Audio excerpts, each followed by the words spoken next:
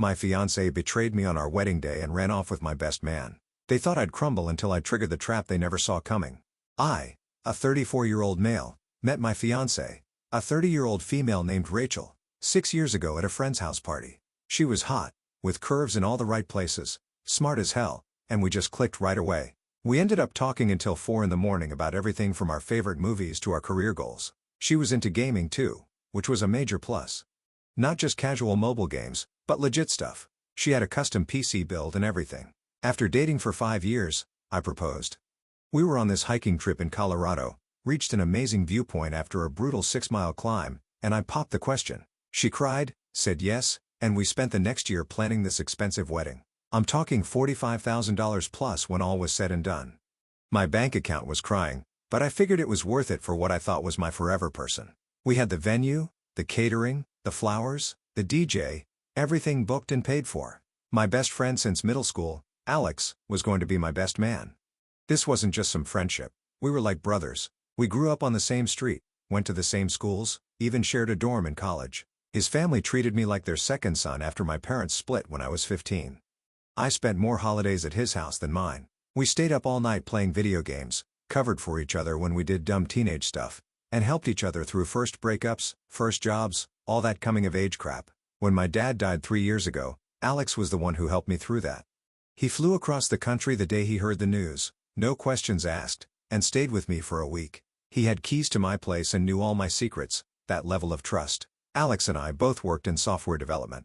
We started our app company 5 years ago. I handled all the back-end development and architecture, the stuff that actually makes things work, while he did the front-end design and all the client meetings, basically making things look pretty and talking to people. I'm not the most social guy, so our partnership worked perfectly. I could disappear into code for days while he handled the schmoozing. I'll give credit where it's due. The dude was charismatic. He could talk investors into opening their wallets like he had some kind of mind control powers. We'd been grinding for years on this messaging app with enhanced security features. It started in my apartment with just the two of us, living on microwaved food and energy drinks. Eventually, we got some seed funding, hired a few junior developers, and moved into a real office space. Finally, after all that hustle, we got this huge offer from a big tech company, let's call them megatech, to buy our company. We're talking mid-6 figures each, the kind of money that lets you breathe for the first time in your adult life. Now, about Rachel. There were signs I completely missed. Sometimes I'd wake up at 2 in the morning and find her in the living room on her phone, and she'd quickly lock it when she saw me. She'd be working late, but her location would show she was nowhere near her office. When I'd casually mention it, she'd get defensive and say her phone's GPS was messed up. There were other things too, like how she suddenly got interested in our company finances about 6 months before the wedding. She never cared before, but suddenly she wanted to know all about our valuation, acquisition timeline, and payout structure. I thought she was just taking an interest in my work, maybe planning our financial future together. Rachel even started making comments about how Alex was so successful and knew how to treat a woman after he leased that overpriced BMW. She'd bring him up in random conversations. Alex says this restaurant is amazing, or Alex thinks you work too much. But I was too busy coding our new app feature to connect the dots. Plus, I trusted both of them completely. The thought of them betraying me literally never crossed my mind. Then, one day, I came home and found them both at my place. They claimed Alex was just dropping off some documents, but they looked weirdly startled. I literally thought to myself, that's suspicious, and still didn't connect the dots. Like, how freaking oblivious can one dude be? This little voice in my head was like, dude, something's off, but I immediately shut it down. This was Alex, my brother, basically. No way he'd do that to me. The most obvious sign came during a dinner with some investors. Rachel insisted on coming and wore this expensive dress. Throughout the dinner, she kept steering the conversation toward the acquisition timeline. One of the investors made a joke about how eager she seemed, and she laughed it off, saying, "I'm just excited for Damon to finally get what he deserves." The way she emphasized finally made me pause, but then Alex jumped in and changed the subject. A week before the wedding, I noticed Rachel seemed distant. I asked if she was getting cold feet, and she looked me straight in the eyes and said, "Of course not. I've never been more sure of anything." I believed her because why wouldn't I? Every time these thoughts crept in, I'd push them away. This is my brother, I'd tell myself, the guy who's had my back since we were kids. He wouldn't. And Rachel, she was about to become my wife. We were planning a life together. My brain just wouldn't let me imagine things differently because the picture they formed was too painful to consider. So, I buried myself in work instead.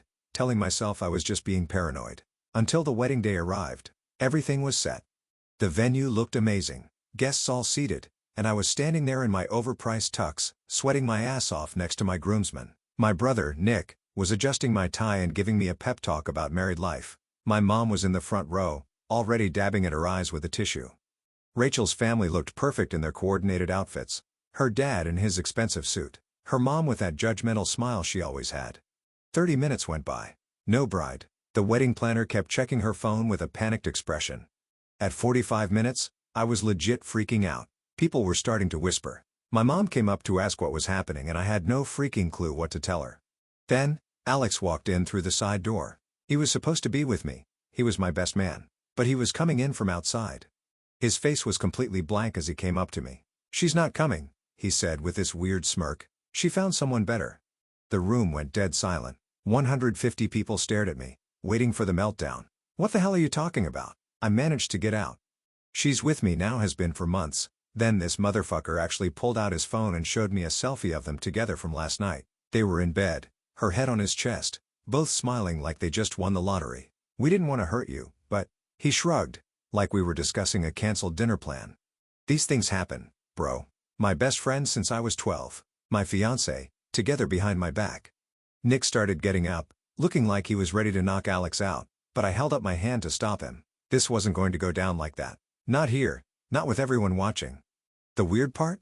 Instead of losing it, I felt this strange calm come over me, like everything suddenly made perfect sense. All those little moments, the weird excuses, the late nights, the coincidental meetings, it all clicked into place like the final pieces of a puzzle I didn't even know I was solving.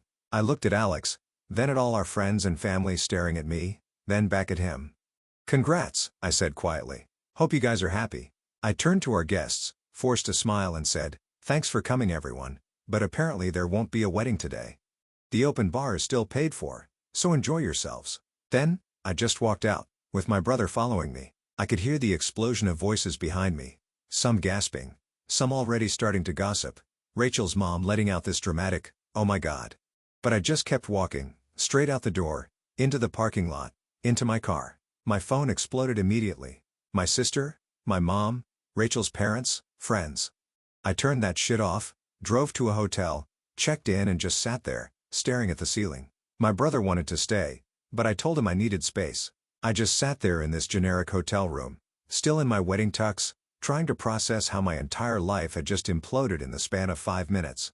The next morning, my buddy Eric, who I've known since college, called from a different phone, since I was ignoring all calls. He told me Rachel had already posted on Instagram a picture of her and Alex with the caption, "When you finally find your true soulmate, no regrets, new chapter." 24 freaking hours after leaving me at the altar.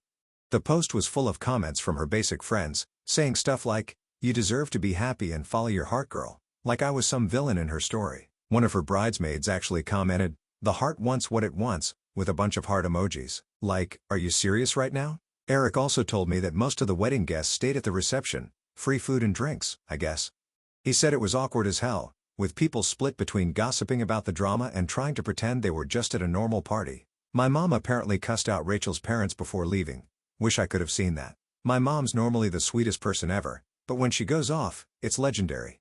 Meanwhile, our company acquisition was scheduled to finalize in just 2 weeks. The deal would make us both millionaires, around $580,000 each after taxes. Alex knew the timing perfectly. He'd get my fiancé and the payout all at once, the perfect backstabbing combo. Eric had one more piece of info that made everything click. He overheard Rachel at the hotel bar last night. She was wasted, bragging to her friend Jen about how Alex was going places, and how she upgraded just in time for the big payday. She actually said, "Damon was a good stepping stone, but Alex is my lottery ticket." That's when I knew this wasn't just some affair, this was calculated. They timed everything, waiting until right before the acquisition to make their move. And the wedding day reveal? That was just for maximum drama and humiliation. Alex always did have a thing for theatrical moments. I spent the next 3 days in a weird haze, sleeping at random hours, ordering room service, ignoring everyone. Finally, my brother basically broke down my hotel room door and forced me to come stay with him. "Enough wallowing," he said. "Time to figure out how to destroy these assholes." That's when the gears started turning. 2 weeks after the non-wedding, I was staying at my brother's place while figuring out next steps, sleeping on his couch, using his spare laptop since mine was still at my apartment. When I finally went back to my apartment, Rachel had taken all her stuff, plus my PlayStation 5 and the 75-inch TV I bought last year. She left her key with a note saying, "I hope someday you'll understand that sometimes people just grow apart." I deserve to be happy. She deserves to be happy? Like happiness is something you're entitled to at someone else's expense. Freaking rich.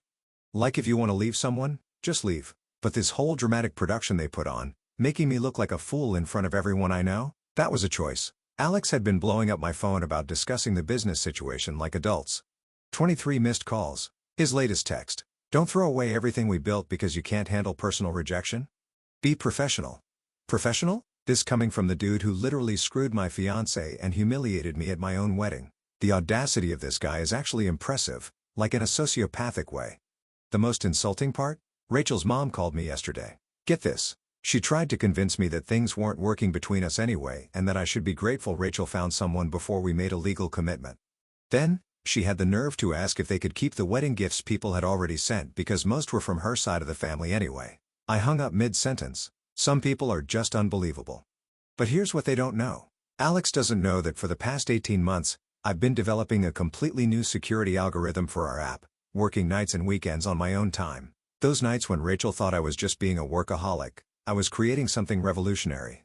It's this algorithm that made Megatech want to buy us out in the first place.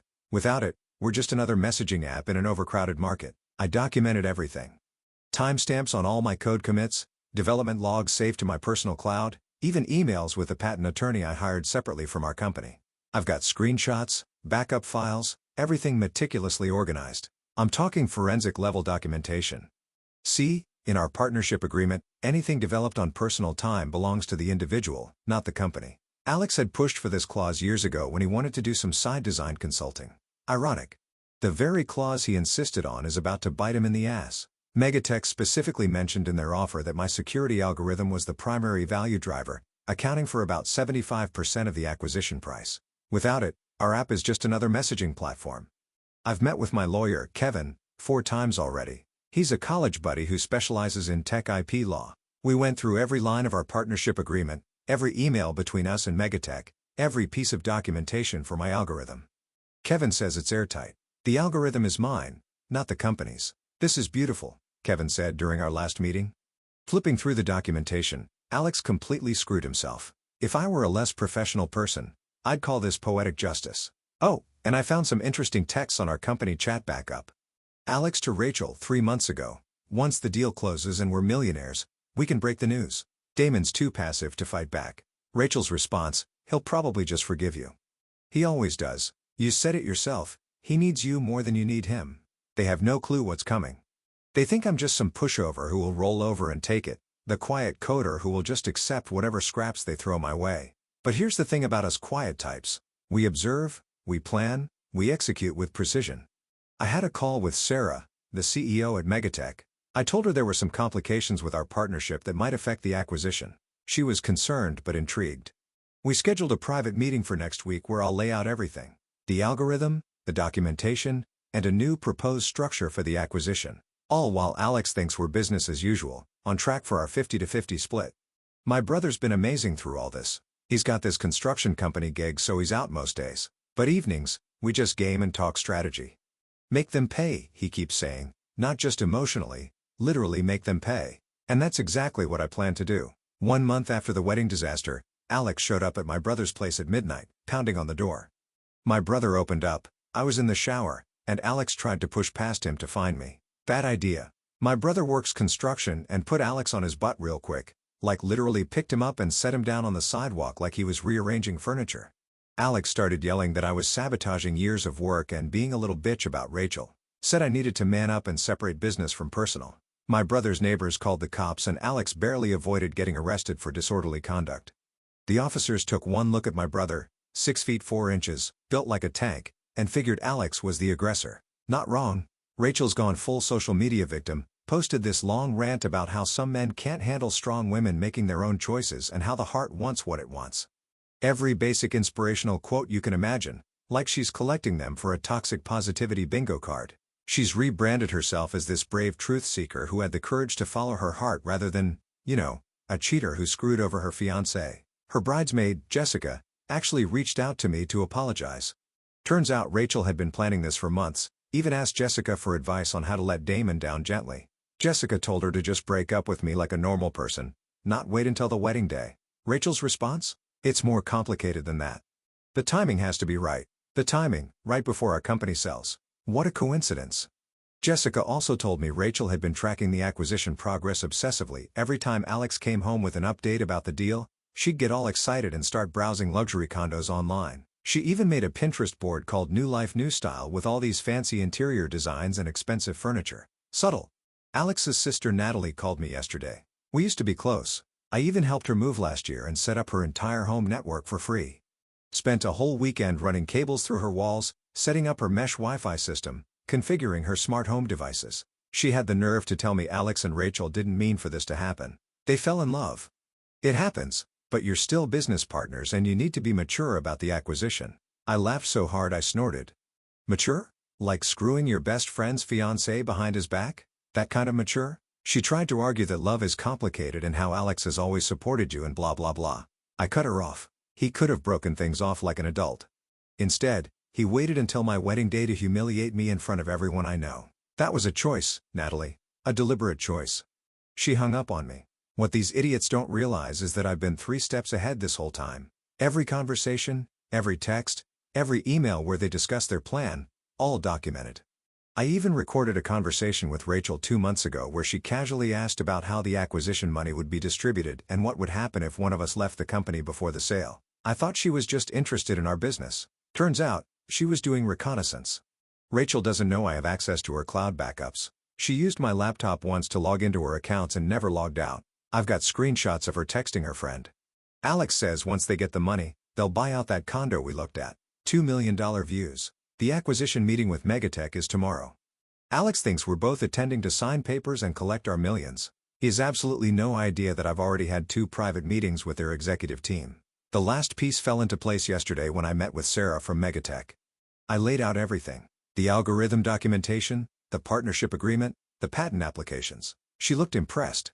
This is unusually thorough, she said, flipping through my documentation. Most developers aren't this meticulous. I like to cover my bases, I replied, especially when it comes to IP this valuable. She nodded slowly. And you're sure you want to restructure the deal this way? It's going to create some tension with your partner. I just smiled. I'm counting on it. The Megatech acquisition meeting day came. I got there 30 minutes early with my lawyer, Kevin. Sarah and their legal team were already there. We went over the final details of our agreement before Alex arrived. Sarah seemed almost excited. Turns out she had dealt with a similar situation in her earlier days as a developer. Sometimes people need to learn these lessons the hard way, she said with this knowing smile. When Alex strolled in 10 minutes late with Rachel waiting in the lobby, the audacity, he froze. Instead of the standard conference room setup he expected, it looked more like a deposition. Me, my lawyer, Sarah, and 4 Megatech executives all seated on one side of the table, a single chair on the other side, like a scene from a legal drama. His swagger disappeared instantly. No more confident smirk, no more relaxed posture. He looked like a kid who just got called to the principal's office. What's going on? He asked. My lawyer slid a document folder across the table. Inside was everything. Complete documentation of my sole development of the security algorithm, including timestamps, Git commits, development logs, and patent applications filed in my name only, plus screenshots of his texts with Rachel discussing how to time their betrayal around the acquisition. You can't do this, he stammered, his face turning that weird blotchy red it does when he's panicking. This is our company. That's our technology. Actually, I said calmly, the company is ours, but this specific algorithm is mine alone. I developed it on my personal time, documented everything meticulously, and as per Section 8.3 of our partnership agreement, which you drafted, by the way, it belongs solely to me. I could see him mentally flipping through the partnership agreement, trying to remember the exact wording of that clause. The dawning realization on his face was priceless, like watching someone solve a puzzle only to realize the picture is of their own downfall. Sarah cleared her throat. We've reviewed all the evidence, Alex.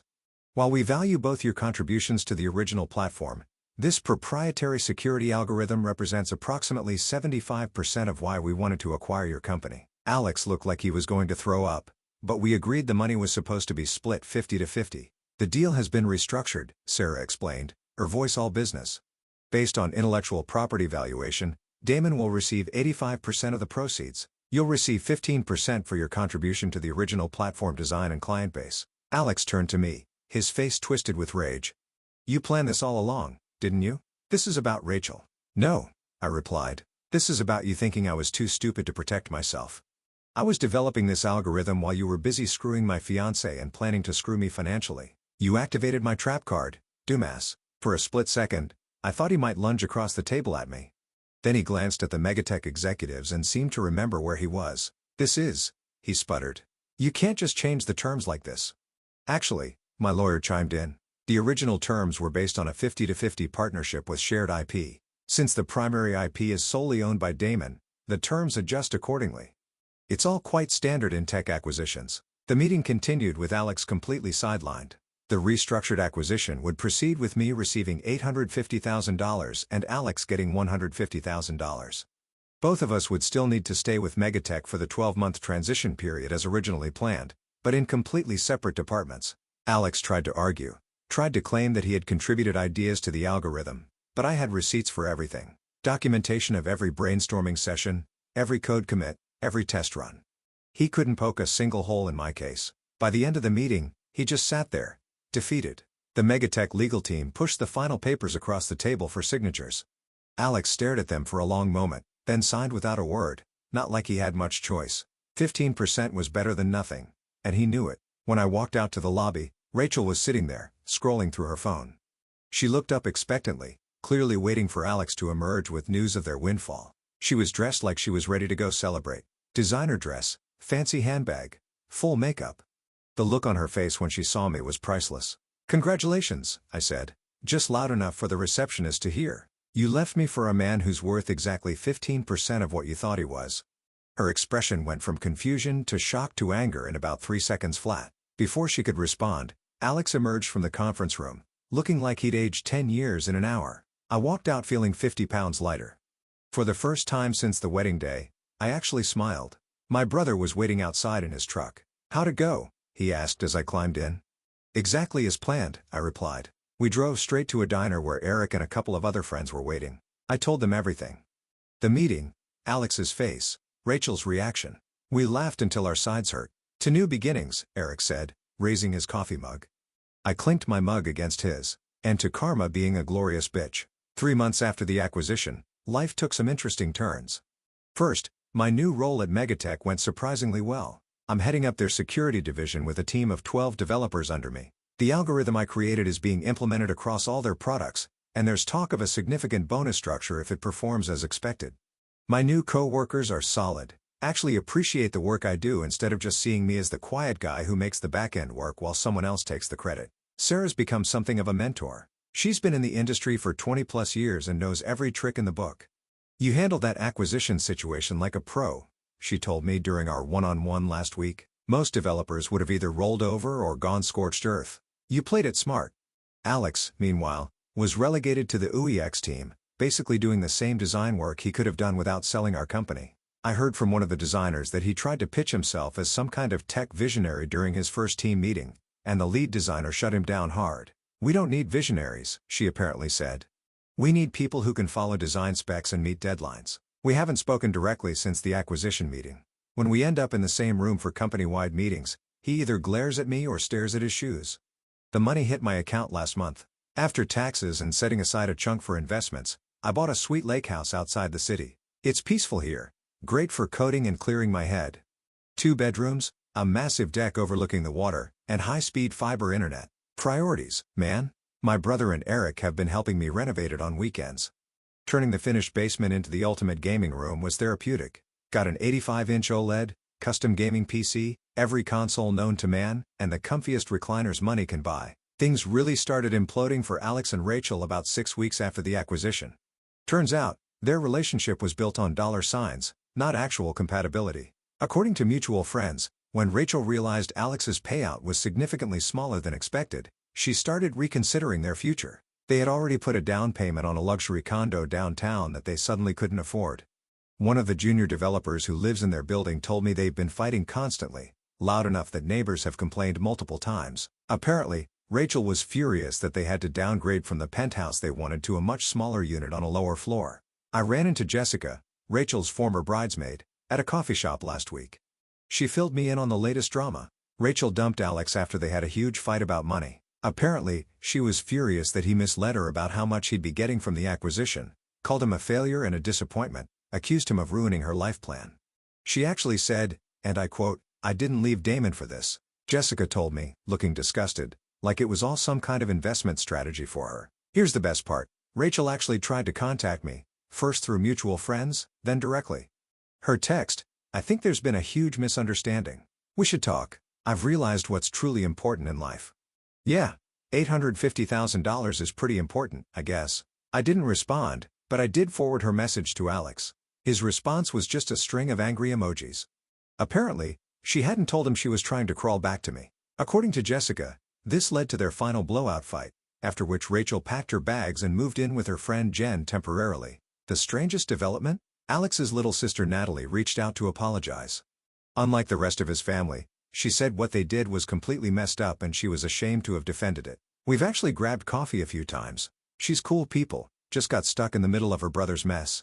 She told me Alex's parents are barely speaking to him. His dad, especially, feels betrayed since they treated me like family for so many years. Dad told him that some lines you just don't cross, Natalie said during our last coffee meetup. Said he raised him better than that. I've started casually dating again, nothing serious, but it's nice to know life goes on. My buddy Eric set me up with his girlfriend's friend, Melissa. She's a software engineer too, which is refreshing. She actually understands what I do and doesn't zone out when I talk about work. We've been on 3 dates so far, and it's been nice. No pressure, no drama, just 2 people enjoying each other's company. The lake house has become something of a weekend hangout spot for my friends. We have these coding sessions that turn into barbecues that turn into gaming marathons. It's the kind of peaceful, drama-free existence I didn't know I needed. For anyone going through something similar, sometimes the best revenge isn't some elaborate scheme. Focus on building your best life because the universe has a way of balancing the scales if you just give it time and space to work. So, it's been 1 year since my original post. I wasn't planning to post an update, but holy hell, did things come full circle yesterday? I was at this industry conference in Chicago, just minding my business at the hotel bar after the day's sessions, when Alex's voice came from behind me. "Can I buy you a drink?" He looked rough, rumpled clothes, dark circles under his eyes, that expensive watch he used to flaunt nowhere to be seen. I should have told him to get lost, but wait, I wanted to watch this. "Sure," I said. "Soda with a lime." We sat in awkward silence until he finally spoke. "I messed up, man, badly." "No shit, Sherlock. Rachel left me 6 months ago," he continued, staring into his drink. "Moved to LA with some producers she met. I'm still paying off the debt from that condo down payment we lost, and Megatech is phasing out my department and the restructuring." I just sipped my drink, letting him talk, enjoying watching him squirm. I lost everything. Damon, my girlfriend, my job security, most of my friends. Even my parents are disappointed in me. Dad said I threw away a 20-year friendship for nothing. That's rough, buddy, but I'm not sure what you want from me. Alex took a deep breath. "I heard you're launching your own security firm after your contract with Megatech ends next month." "Ah, now we get to it." "Word travels fast," I said. "I know you've already got venture capital funding lined up. 1.5 million, right?" "2, I corrected him, plus options."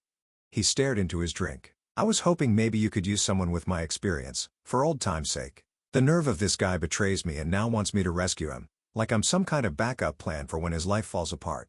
"For old time's sake," I repeated. "Like the time you betrayed the trust I put in you? Those old times?" "I know I don't deserve your help," he said quietly, "but we were like brothers once." I just smiled, then opened my phone and showed him a text from Rachel. "I got a couple of weeks back. Alex told me about your new company. I've always believed in your vision. Maybe we could meet for coffee. I've changed." I showed him the screen. "Still coordinating your attacks, I see." The color drained from his face. "I swear I didn't." I cut him off. "You know what's funny? A year ago, this would have been the perfect revenge moment. You begging for a job, Rachel trying to weasel her way back in now that I'm successful again. I could crush you both. But the thing is, Alex, I genuinely don't care anymore. You're just some guy I used to know. You and Rachel are just cautionary tales in my life story." I finished my drink and stood up. "I'm not going to help you in hell. I'd never hire you.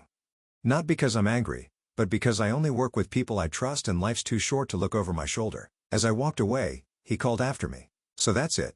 Look, man, I know what I did is unforgivable." For shit's sake, she showed us both her truth. She's a fucking G.